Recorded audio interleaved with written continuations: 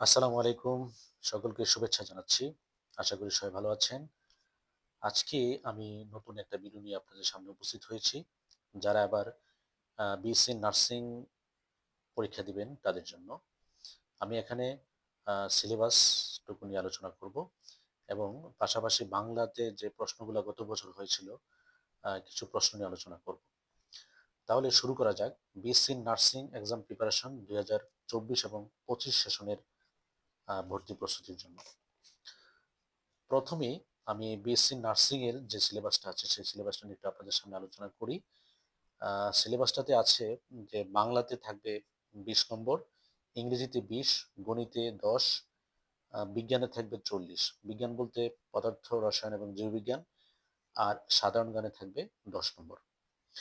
Total হলো total ১০০ নম্বরের পরীক্ষা হবে বিএসসি নার্সিং। আর diploma in nursing and midwifery এবং ডিপ্লোমা ইন মিডওয়াইফারির পরীক্ষাতে থাকবে বাংলাতে থাকবে ২০ নম্বর, ইংরেজিতে থাকবে ২০, গণিতে থাকবে ১০ এবং বিজ্ঞানের ৩০ আর সাধারণ জ্ঞানে থাকবে ২০। টোটাল হলো ১০০ নম্বর। এটা হলো diploma in nursing and midwifery আর ডিপ্লোমা ইন মিডওয়াইফারিতে। এবার দেখি যে বাংলাতে কোন কোন প্রশ্ন থেকে মানে কোন কোন টপিকসগুলো থেকে বিগত বছরের প্রশ্ন হয়েছিল। আমরা যদি একটু দেখি যে যেমন শব্দ থেকে প্রশ্ন হয় যে কোনটি দেশি, কোনটি তদ্ভব, কোনটি তৎসম, এইভাবে প্রশ্ন হতে পারে। তারপরে আসবে বাক্য সংকোচন, বাগধারা, তারপর আছে বিভিন্ন প্রকার পদ, হ্যাঁ? যে উদাহরণ দেয়া থাকবে যে এটি কোন ধরনের পদ। তারপর বাক্য, উপসর্গ, অনুসর্গ থেকে। তারপরে সমার্থক শব্দ। এটা খুবই ইম্পোর্টেন্ট, এখান থেকে প্রশ্ন হয়ই যেকোনো পরীক্ষাতে। বিশেষ করে আ আ ইউনিভার্সিটি ভর্তি পরীক্ষাগুলোতেও কিন্তু সমার্থক শব্দ থেকে প্রশ্ন হয়।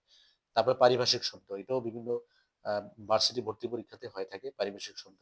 তারপরে বিপরীত শব্দ থেকে আসতে পারে বানান। এই বানানটাও খুব ইম্পোর্টেন্ট। বিশেষ করে এখন যে ন্যাশনাল ইউনিভার্সিটিতে যে ভর্তি পরীক্ষা হবে সেখানে বানানটা এই টপিকস থেকে প্রশ্ন আসবে। সমাস, কারক এই দুটো ইম্পোর্টেন্ট। সন্ধি, বিচ্ছেদ এবং কি প্রত্যয়। এগুলো থেকেই প্রশ্ন বেশি, বেশি হয়। আর ইংরেজিতে যেগুলো প্রশ্ন হতে পারে যেমন ইংরেজিতে আসে পার্টস অফ স্পিচ থেকে প্রশ্ন হবে। পার্টস অফ স্পিচ, তারপর হচ্ছে আর্টিকেল, অ্যাপ্রোপ্রিয়েট প্রিপোজিশন, এটাও খুব ইম্পোর্টেন্ট যেকোনো বিশ্ববিদ্যালয়ে ভর্তি পরীক্ষার জন্য। তারপর আছে স্পেলিং থেকে। হ্যাঁ? এটা সব ভার্সিটি ভর্তি পরীক্ষাতেই স্পেলিং থেকে প্রশ্ন হয়। তারপরে ট্রান্সলেশন। বিএসসি নার্সিং পরীক্ষার জন্য ট্রান্সলেশন থাকে ২-১ টা। তারপরে ভয়েস এবং ন্যারেশন থেকেও প্রশ্ন হয়। ভয়েস ন্যারেশন, তারপর আসে সিনোনিম অ্যান্ড অ্যান্টোনিম, তারপর right form of verbs. Right form verbs থেকে প্রশ্ন হয়, অর্থাৎ কারেকশন আসে আরকি, সেন্টেন্স কারেকশন। এবং আলাদাভাবে সেন্টেন্স কারেকশন যেটা আছে সেখান থেকেও প্রশ্ন হয়। তাহলে এটা ছিল ইংরেজি। তাহলে ইংরেজিতে যে আমি এখানে যে টপিকস গুলো দিয়েছি এখান থেকে মূলত প্রশ্নগুলো হয়ে থাকে। এবার আমি দেখাবো যে বিগত বছরের একটা প্রশ্ন। বিগত বছরের ২০২৩-২৪ সেশনে যে প্রশ্নটা হয়েছিল বাংলার ক্ষেত্রে, যেমন এখানে আসছে যে নদী, নদী কোন ধরনের শব্দ? তারপর আছে একটা বাগধারা আসছে যে লেফাফা দুরস্ত, এর বাগধারা অর্থ কি? তারপর হচ্ছে কোনটি দেশি শব্দ? আমি এখানে উদাহরণটা দেই নাই, কিন্তু এরকম প্রশ্ন আসছে যে কোনটি দেশি শব্দ? আরেকটা আসছে যে বাক্য সংকোচন, মর্মে বেদনা দেয় যা। সঠিক বাক্য সংকোচন কোনটি? সঠিক বাক্য সংকোচন মর্মান্তিক। তার মানে বাক্য সংকোচন থেকে আসছে। তারপর হচ্ছে কোনটি সমষ্টিবাচক বিশেষ্য? মানে এটা পদে থেকে আসছে, পদ থেকে, যেমন জনতা। তারপরে কোনটি অসমাপিকা ক্রিয়ার উদাহরণ? আমরা জানি যে ক্রিয়া ২ ধরনের, একটা হলো সমাপিকা ক্রিয়া, একটা হলো অসমাপিকা ক্রিয়া। সমাপিকা এবং অসমাপিকা ক্রিয়ার থেকে উদাহরণ থেকেও প্রশ্ন হয়।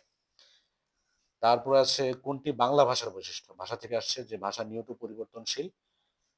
তারপরে আছে এখানে অনুসর্গ থেকে একটা প্রশ্ন আসে, যেমন প্রশ্ন ছিল যে দুঃখ বিনা সুখ লাভ হয় কি মহিতে? এখানে বিনা কোন ব্যাকরণিক শ্রেণী নির্দেশ করে? এটা একটা অনুসর্গ। তারপর আসছে যে এখানে কেউ নেই বাক্যটিতে কেউ শব্দটি কোন সর্বনাম? এটা এটা একটা অনির্দিষ্টবাচক সর্বনাম। তারপর হচ্ছে বৃক্ষ শব্দের সমার্থক কোনটি? আমি একটু আগে বলেছিলাম যে বাংলার যে টপিকস গুলো যে সমার্থক শব্দ, তাহলে বৃক্ষর সমার্থক শব্দ কোনটি? এর উত্তর হলো পাদপ। তারপর হচ্ছে উপসর্গটি কোন অর্থে ব্যবহৃত হয়? এটা উত্তম অর্থে ব্যবহৃত হয়। আমি এখানে ১১ টি প্রশ্ন দিয়েছি যে গত বছর গত সেশনে যে পরীক্ষাগুলো হয়েছিল সেই পরীক্ষা থেকে একটা প্রশ্ন। তাহলে যে বাংলার যে টপিকসটা আছে আপনারা সেই টপিকস অনুযায়ী প্রিপারেশন নেবেন। শব্দ, বাক্য সংকোচন, বাগধারা, বিভিন্ন প্রকার পদ, তারপরে বাক্য, উপসর্গ, অনুসর্গ, সমার্থক শব্দ, পারিভাষিক শব্দ, বিপরীত শব্দ, বানান, তারপর হচ্ছে সমাস, কারক এবং সন্ধি, বিচ্ছেদ এবং প্রত্যয়।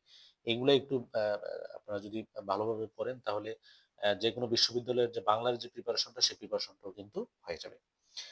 তো আজকে এই পর্যন্তই। আমি আরেকটা ভিডিও তৈরি করব যেখানে যে ইংরেজি যে প্রশ্নগুলো হয়েছিল বিগত সেশনে সেখানে ওই বিগত বছরের প্রশ্নগুলো নিয়ে আলোচনা করব।